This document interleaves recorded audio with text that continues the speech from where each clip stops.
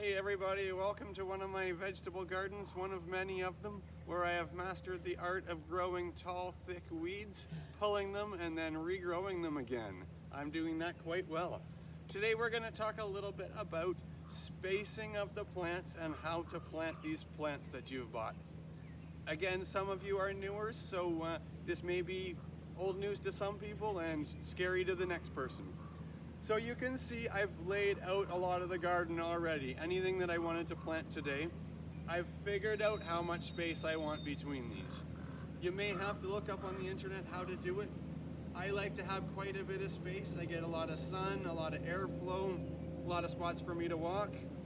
And when I do wide enough aisles, I can use my rototiller for a little bit of the weeding until the plants get too big. So we're going to plant a couple of the things I have in here just to show how simple it actually is. We're going to start here with a tomato plant.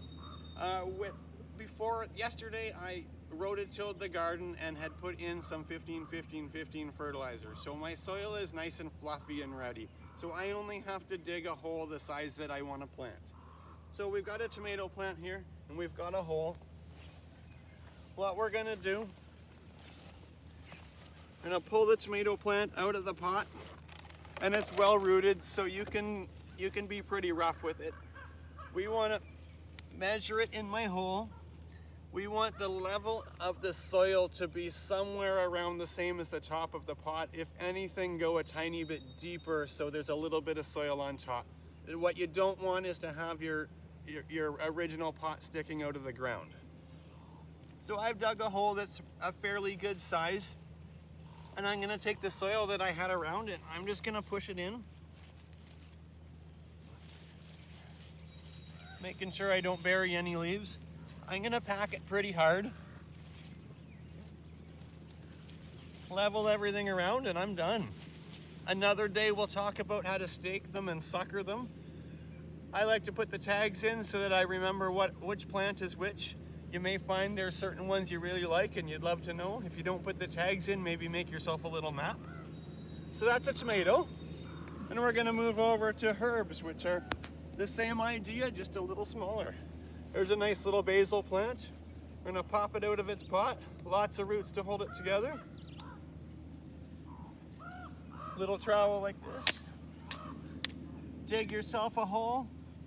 Same as the tomato, get it to at least the level of the soil or a tiny bit deeper. Pack everything around, stick your label in, and you're good to go.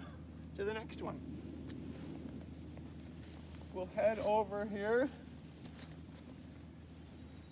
These are one of the plants that were in the boxes of 8 that we ripped apart. So I've spaced them out already. Trowel, dig a small hole, pop it in there. Pack it in and it's done. So there's one that we talked about in the other video about the pots that's the exception. It's the cucumber, squash, zucchini. They're all in pots like this. This is cocoa fiber, I believe. And you plant the whole pot in these and the roots grow right through the pot. So I didn't bring my trowel over, but we'll just dig a hole with my hand. Pop the pot in there and you're done. The pot will rot away eventually over time. So that would be your cucumbers. So one thing I thought I'd show over here, this is what I do with my cucumbers. You see the black cloth. A lot of the vining type plants, the cucumber and squash, they get kind of hard to weed after a while. They get big wide plants. So I plant them in landscape fabric, cut little holes and grow them. A little trickier to plant, but it's nicer later on for the weeding. A few other things while I'm standing right here. These are things I had planted ahead of time. I've got some radishes that are already up, some spinach. I did some beans for fun. It was a little early for beans, but thought if they freeze, I'll replant them. What I do with this type of things, I only plant a little bit at a time. When you plant your radishes, they're already over a very short amount of time and then they get too big. So I'll do a bit of radishes. Then a couple weeks later, I'll do some more. Same with the beans, same with the spinach. Even peas, I do that too, also. So those are a few tips for the day. Hopefully you get some things planted. Watch this weekend, it might get a little cool again. I was getting tired of watering things in pots, so if it gets too cold, I'm gonna have to cover a lot of this. So you make your own decision what you wanna do, and happy planting.